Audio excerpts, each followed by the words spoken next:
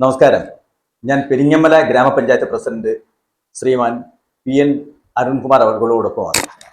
അദ്ദേഹത്തോടൊപ്പം ഇന്നത്തെ ദിവസം നമ്മൾ പുത്തൻ ചില കാഴ്ചകളിലേക്ക് പോവുകയാണ്. നിങ്ങൾക്ക് ഏവർക്കും സ്വാഗതം. ഗ്രാമപഞ്ചായത്ത് അധ്യക്ഷന്മാരുടെ തെരഞ്ഞെടുപ്പിൽ ഐക്യജനാധിപത്യ മുന്നണിയുടെ ഭാഗമായി കടന്നു വന്ന എന്നെ ഐക്യജനാധിപത്യ മുന്നണിയുടെ നിർദ്ദേശപ്രകാരം ഗ്രാമപഞ്ചായത്ത് പ്രസിഡന്റ് സ്ഥാനത്തേക്ക് മത്സരിപ്പിക്കുകയും തെരഞ്ഞെടുക്കപ്പെടുകയും ചെയ്തിട്ടുള്ളതുമാകുന്നു.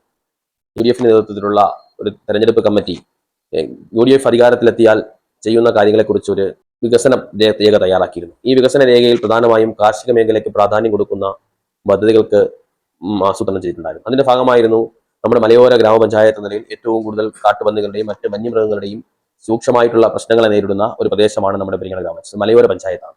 ഈ പഞ്ചായത്തിൽ ഒരു കാലഘട്ടത്തിൽ കാർഷിക വൃത്തിയിലൂടെ വലിയ രീതിയിലുള്ള വരുമാനം കണ്ടെത്തിയിരുന്ന ഒരു കാർഷിക സംസ്കാരത്തിന്റെ ഭാഗം ഉൾക്കൊള്ളുന്ന നെൽവയലുകളുള്ള ഒരു മറ്റ് കാർഷിക മേഖലയുമായി ബന്ധപ്പെട്ട് നിൽക്കുന്ന ഒരു ഗ്രാമപഞ്ചായത്ത്. ഈ കാർഷിക മേഖലയുടെ പ്രാധാന്യത്തിനെ വിളിച്ചോതുന്ന ഒരു മേള പോലും ഇന്ന് നമ്മുടെ ഗ്രാമപഞ്ചായത്തിൽ നടന്നു വരുന്നുണ്ട്. അത് ഫെബ്രുവരി മാസം 7-ാം തീയതി തുടങ്ങി 16-ാം തീയതി അവസാനിക്കുന്ന ഒരു കാർഷിക മേള. അപ്പൊ ആ മേള പോലും രൂപപ്പെട്ടത് നമ്മുടെ പഞ്ചായത്തിന്റെ കാർഷിക സംസ്കാരത്തിന്റെ ഭാഗമായിട്ടാണ്. എന്നാൽ ഇന്ന് കൃഷി ചെയ്യാൻ കഴിയാത്ത ഒരു സാഹചര്യം നിലവിലുണ്ട്.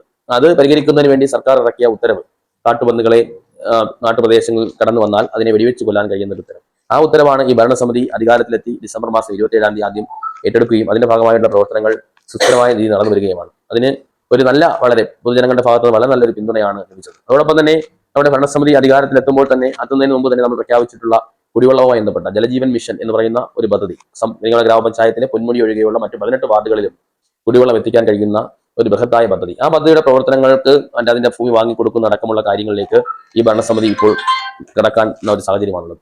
അതോടൊപ്പം തന്നെ നമ്മുടെ പഞ്ചായത്തിന് പാരിസ്ഥിതിക പ്രാധാന്യമുള്ള ഒരു പഞ്ചായത്ത് ആയതുകൊണ്ട് തന്നെ ബയോഡൈവേഴ്സിറ്റിയുമായി ബന്ധപ്പെട്ട പദ്ധതികൾക്ക് ഈ ഭരണസമിതി ആസൂത്രണം ചെയ്യുന്നുണ്ട്. അതോടൊപ്പം തന്നെ ലൈഫുമായി ബന്ധപ്പെട്ട് നമ്മൾ നൽകിയ വീടുകൾക്ക് തുക അനുവദിച്ച് നൽകേണ്ടതായിട്ടുള്ള അനവധിയായ വീടുകൾ ഇന്ന് നമ്മുടെ പഞ്ചായത്തിൽ പല ഘട്ടങ്ങളിൽ ലിൻഡിലും ബേസ്മെന്റിലും മേൽക്കൂര വാർത്തതിന് ശേഷവും പണിപൂർത്തിയായി താമസമാകാൻ കഴിയാതെ കിടക്കുന്ന വീടുകളുണ്ട്. അവയ്ക്കുള്ള തുക നൽകുക, അങ്ങനെ ജനങ്ങൾക്ക് ഉപകാരപ്രദമാകുന്ന അതോടൊപ്പം തന്നെ ആളുകൾക്ക് ഗുണകരമാകുന്ന പദ്ധതികൾ ആസൂത്രണം ചെയ്യുക എന്നുള്ളതാണ് ഈ ഭരണസമിതിയുടെ പരമപ്രധാനമായ ലക്ഷ്യം.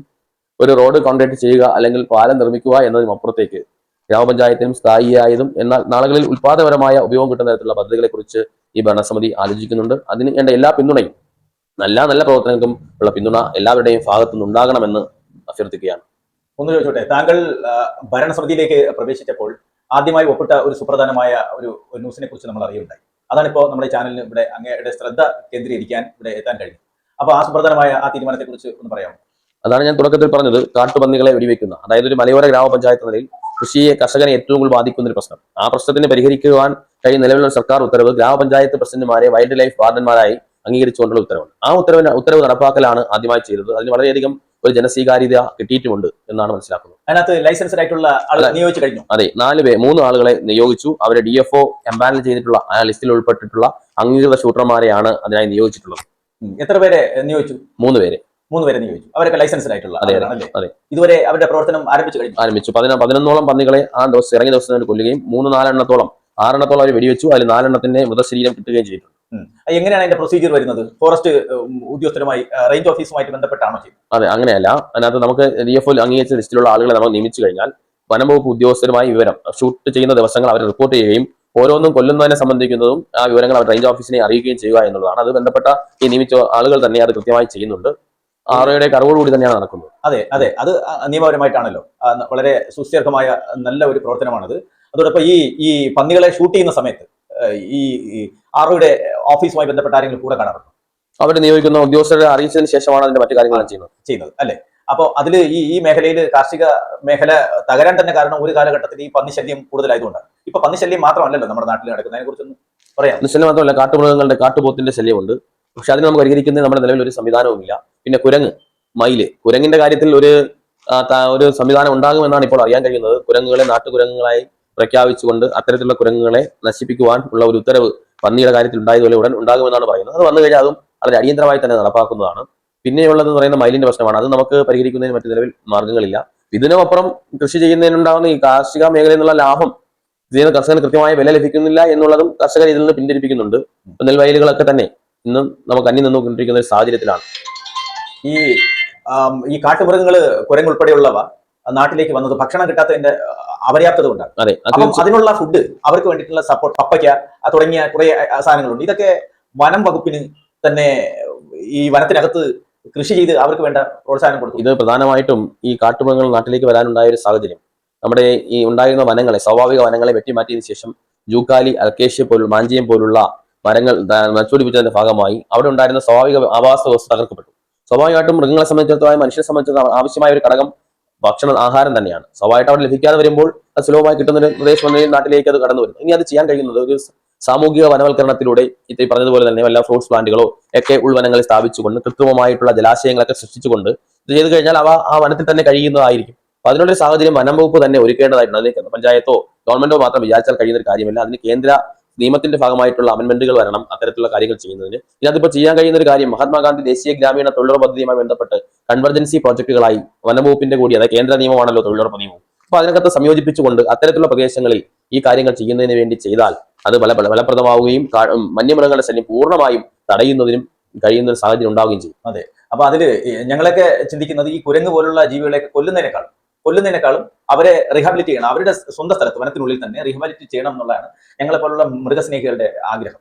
അതിനോട് താങ്കൾ യോജിക്കുന്നു? തീർച്ചയായും യോജിക്കുന്നു. ഒരു ജീവിയെയും കൊല്ലുന്നത് നമ്മളെ സംബന്ധിച്ചിടത്തോളം വളരെ ദുഃഖകരമായ സംഗതി. ഇപ്പൊ നമ്മൾ ഈ പന്നി വെടിയിക്കാൻ അനുമതി കൊടുക്കുമ്പോൾ സ്വാഭാവികമായിട്ടും അതിനോടൊപ്പം അതിന്റെ കുട്ടികൾ ഉൾപ്പെടെ കൊല്ലുന്ന ഒരു സാഹചര്യം അപ്പൊ കാണുമ്പോൾ വിഷമമാണ്. കാരണം അത് കണ്ടു കഴിഞ്ഞാൽ സ്വാഭാവികമായിട്ടും മാനസികമായ വിഷമം തോന്നും. പക്ഷേ നമ്മുടെ കർഷകരെ നിലനിർത്തുവാൻ, നമ്മുടെ നാട് നിലനിർത്തുവാൻ അനിവാര്യമായി വരുന്നത് കൊണ്ടാണ് അത്തരത്തിൽ ചെയ്യുന്നത്. പക്ഷെ അതിന് പകരം ഈ പറഞ്ഞതുപോലെ മൃഗങ്ങളെയൊക്കെ തന്നെ അവരുടെ ആവാസ വ്യവസ്ഥയിൽ ജീവിക്കാൻ അനുവദിച്ചാൽ, അവയിലേക്ക് മനുഷ്യന്റേതാകുന്ന കടന്നുകയറ്റം ഉണ്ടാകാതിരുന്നാൽ, അവിടെ ആ എക്കോളജിക്കൽ സിസ്റ്റം അതുപോലെ നിലനിർത്തിയാൽ ആ മൃഗങ്ങൾ അവിടെ ജീവിക്കും, മനുഷ്യൻ ഇവിടെ നാട്ടിൽ ജീവിക്കാൻ കഴിയുന്ന ഒരു സാഹചര്യം സംജാതമാണ്.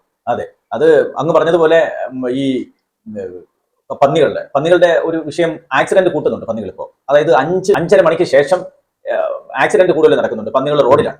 അപ്പൊ അങ്ങനെ ഇടിച്ചിരുന്ന ഒരു പ്രോസസ്സൊക്കെ ഉള്ളതുകൊണ്ട് പന്നികളുടെ ശല്യത്തിലേക്ക് അങ്ങ് എടുത്ത തീരുമാനം നല്ല തീരുമാനമാണ്. പെരിങ്ങമല ഗ്രാമപഞ്ചായത്തിന്റെ കമ്മിറ്റിയും പ്രസിഡന്റ് എന്നുള്ള നിലയ്ക്ക് അങ്ങ് എടുത്ത തീരുമാനം. അതിന് ജനങ്ങളെല്ലാം സ്വാഗതം ചെയ്യുന്നുണ്ട്. ജനങ്ങളുടെ ഒരു സർവേ തന്നെ നമ്മൾ ഇതിനിടയ്ക്ക് പലരോടും ചോദിച്ച ഒരു സർവേ എടുത്തു. ജനങ്ങളുടെ സർവേയിൽ വളരെ താങ്കളെ അഭിനന്ദിക്കുന്ന തരത്തിലേക്കാണ് വന്നത്. കാരണം ആദ്യത്തെ തീരുമാനം, സത്യപ്രതിജ്ഞ ചെയ്ത ആദ്യത്തെ തീരുമാനം തന്നെ ഒപ്പിട്ടുകൊണ്ട് ജനങ്ങളുടെ ജീവനും സ്വത്തിനും സംരക്ഷണം കൊടുക്കുന്ന ഒരു പ്രോസസ്സുമായിട്ട് അങ്ങ് തീരുമാനം എടുത്തു. ഇനി മറ്റ് പ്രോജക്റ്റുകൾ എന്തൊക്കെയാണ് അങ്ങനെ? ഈ പറഞ്ഞതുപോലെ തന്നെ കുടിവെള്ള പദ്ധതി അത് വളരെ അടിയന്തരമായി ആരംഭിക്കേണ്ടതായിട്ടുണ്ട്. കാരണം ആ പദ്ധതിക്ക് നിശ്ചയിച്ചു വന്ന കാലാവധി അവസാനിക്കുന്ന ഘട്ടത്തിലാണ്. ഇനി വളരെ സ്പെയിൻ എടുത്താൽ മാത്രമേ പറഞ്ഞ പീരീഡിനകത്ത് ടൈം ബൗണ്ടായി പൂർത്തിയാക്കാൻ കഴിയുള്ളൂ. അതുപോലെ തന്നെ നമ്മുടെ ബയോഡൈവേഴ്സിറ്റി മാനേജ്മെന്റ് കമ്മിറ്റി, നമ്മുടെ പഞ്ചായത്തുകൾ അനന്തമായ ഇത്തരത്തിലുള്ള പ്രകൃതിയുമായി ബന്ധപ്പെട്ട വളരെയധികം സാധ്യതകളുള്ള ഒരു പഞ്ചായത്താണ്. അപ്പം അതിന്റെ സാധ്യതകളൊക്കെ നമ്മുടെ നാടിനെ അറിയിച്ചത് നമ്മുടെ മരണപ്പെട്ടു പോയ കമറുദ്ദീൻ സാറാണ്. സാറിന്റെ നേതൃത്വത്തിൽ ഇടപെടൽ 2013-14 കാലയളവിൽ ഇതിനു വേണ്ടി ഒരു അവാർഡിന് വേണ്ടി പോയി.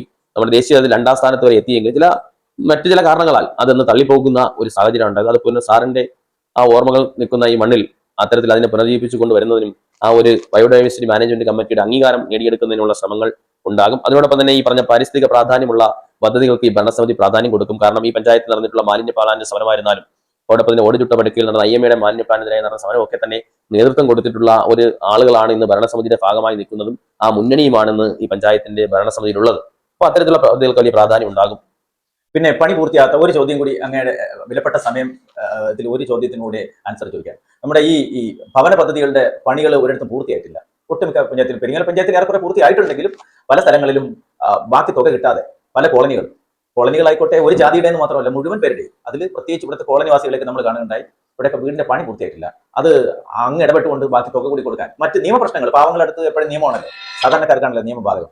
അപ്പൊ അതിൽ ഇടപെട്ടുകൊണ്ട് അങ്ങ് അവർക്കുള്ള ബാക്കി തുക കൂടെ കൊടുക്കാൻ ഉണ്ടായാൽ അവർക്ക് കയറി കിടക്കാൻ ഒരു ഭവനം എന്നുള്ള നിലയിലേക്ക് വരും. അങ്ങേക്ക് അത് ചെയ്യാൻ കഴിയുമെന്നാണ് ഞങ്ങൾ പ്രതീക്ഷിക്കുന്നത്. ഇതിനകത്ത് ലൈഫ് എന്ന് പറയുന്ന പദ്ധതിയുടെ ഭാഗമായിട്ടാണ് ഈ ബിരുദം കൊടുത്തത്. Livelihood inclusion and financial empowerment എന്നാണ് ഗവൺമെന്റ് അതിന് വിഭാവനം ചെയ്തിരിക്കുന്നത്. ഇതിനകത്ത് 4 ലക്ഷം രൂപ നൽകുന്നതിൽ 80,000-ഓളം രൂപ ത്രിതല പഞ്ചായത്ത് വിഹിതമാണ്. അതിൽ 40,000 രൂപ ഗ്രാമപഞ്ചായത്തിന്റെ പ്ലാൻ പ്രോജക്റ്റും, അത് കഴിഞ്ഞ് 1 ലക്ഷം രൂപ സംസ്ഥാന സർക്കാരിന്റെ വിഹിതവും, 2,20,000 രൂപ ഹഡ്കോ എന്ന് പറയുന്ന ഒരു ധനകാര്യ സ്ഥാപനത്തിൽ നിന്ന് ഗ്രാമപഞ്ചായത്ത് ലോൺ എടുത്തുമാണ് ഈ ഗുണഭോക്താക്കളിൽ തുക നൽകേണ്ടത്. എന്നാൽ ഇപ്പോൾ ഈ 2,20,000 രൂപ ഹഡ്കോ ലോൺ അനുവദിക്കുന്നതിന് സർക്കാരിന്റെ കൂടി അനുമതി വേണം. ഗവൺമെന്റ് ആണ് അതിന് അനുമതി തരുന്നത്. ഇപ്പോൾ കുറച്ച് 2 വർഷക്കാലമായി ഹഡ്കോ ലോൺ എടുക്കുന്നതിന് ഗവൺമെന്റിന്റെ ഭാഗത്ത് ചില തടസ്സങ്ങൾ ഉണ്ടായിരുന്നു.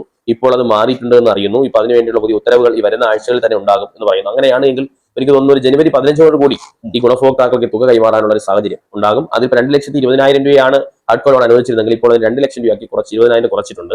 അപ്പൊ അങ്ങനെ 2 ലക്ഷം രൂപ കൊടുക്കാൻ 20,000 കൂടി ഗ്രാമപഞ്ചായത്ത് അധികമായി പ്രോജക്ട് വെച്ച് തുക കണ്ടെത്തി നൽകേണ്ടതായി വരും. അതെന്തായാലും ജനുവരി 15 കൂടി നടപടിക്രമങ്ങൾ ഉണ്ടാകും. എന്തായാലും അങ്ങേ ഇത്തരം നല്ല പ്രോജക്റ്റുകൾക്ക് അങ്ങേ അഭിനന്ദിക്കുകയാണ്. അങ്ങോട്ട് നമ്മൾ നന്ദി പ്രകടിപ്പിക്കുകയാണ്. അപ്പൊ നമ്മൾ നമ്മുടെ അഭിനന്ദനങ്ങൾ അറിയിക്കുകയാണ്. അങ്ങയുടെ നല്ല പ്രവർത്തനങ്ങൾക്ക് എല്ലാവിധ ഭാവുകങ്ങളും വിജയാശംസകളും നേരുകയാണ്. God bless you. ശരി, ദൈവം ധാരാളമായി അനുഗ്രഹിക്കട്ടെ.